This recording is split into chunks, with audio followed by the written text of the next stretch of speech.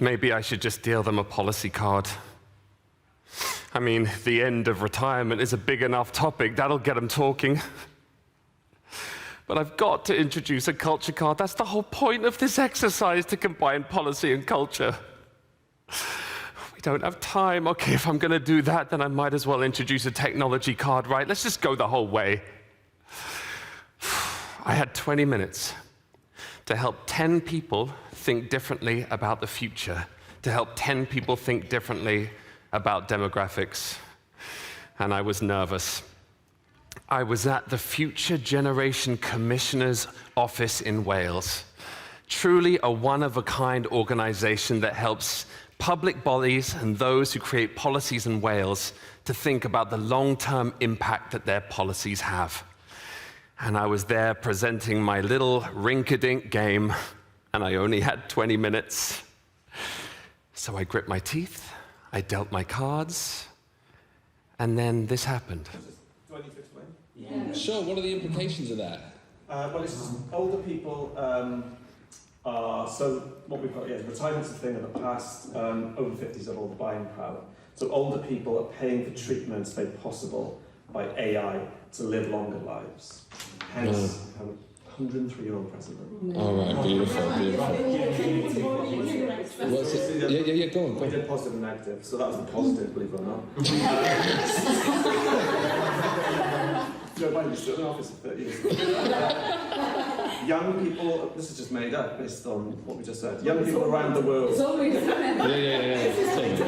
So based on that criteria, right? So retirement's a thing of the past. Over 50s have all the buying power, and AI is the sort of thing in the middle. So young people around the world unite in a month of civic unrest, fed up as older people hold on to their jobs, retirement age increases, and AI has taken all the other roles. Wow. Yeah. To my surprise, within the constraints of time, their fear of failure evaporated. Exploring the future, exploring complexity became an exciting journey, not an intimidating task. The game surfaced transdisciplinary perspectives and solutions, and it created a safe space for us to talk about even the most sensitive of topics, like the rapid depopulation of North Wales, about growing old in isolation without a family to support you, about whether we wanted to have children ourselves and how to prepare young people for these future challenges. We live in a rapidly changing world, and in order to anticipate, to adapt, to proactively respond to future challenges that aren't even here yet, it takes creativity. It takes imagination, and it takes courage, traits that are in short supply when we need them the most. Now, in futures thinking, we do not predict the future. I do not have a crystal ball in my pocket, but there are some things that we do know, like how many babies were born today, and roughly how many 80-year-olds we'll have by the end of the century. There was a Lancet study that came out 2 years ago that said if current population trends continue on this trajectory, almost all nations could see their populations halve by the end of the century. Halve. This is something that we should be anticipating, something that we should prepare for, whether you're talking about a developing country or a developed one. An authoritarian or egalitarian country, rich or poor, north, south, east, and west, demographics are all pointing in the same direction, and it means less and less young people supporting more and more old people in the future.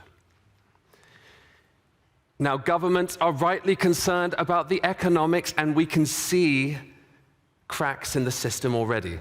Cars are burning in Paris right now, right? Because the government tried to extend retirement age from 63 to 65. Why? Because pensions are 10% of GDP and they don't have the money.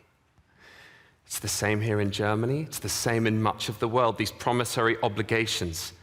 What happens 20, 30 years down the track when there's even less young people to support the elderly? Might taxes soar? Might health systems collapse? Will we even have pension systems in the future? We can't predict the future, but we can start to think and proactively respond. Governments are responding. And for every government that responds to this now by protecting human rights, by investing in childcare facilities, by offering longer maternity and paternity leave, by handing out cash to encourage parents to raise their children in depopulating areas like the Japanese government recently announced that they would be doing, there's another that's banning abortion, that's removing sex education from curriculums, that's banning vasectomies from hospitals. How's this for a confronting thought? Could population decline trigger the most significant human rights battles of this century? We don't think about it that way. Because the impacts of demographics are beyond economics. There will be social, technological, ecological, political implications for us to think about. We've historically lived in a world that was young. That's about to reverse itself. We've got Elon Musk saying this is the biggest threat to civilization. We've got Sarah Harper, the director of the Oxford Institute for Population Aging, saying, well, this idea that you need lots of people to grow your economy and defend your country, that's really old-fashioned thinking. And then environmentalists who automatically think, oh, well, this is a great thing. This will mean less pressure for the planet. And there's even more people who just have no idea that this is even happening, who still think overpopulation is the biggest challenge we face, still in the narratives of the 60s, of the population bomb. We're not thinking about this enough.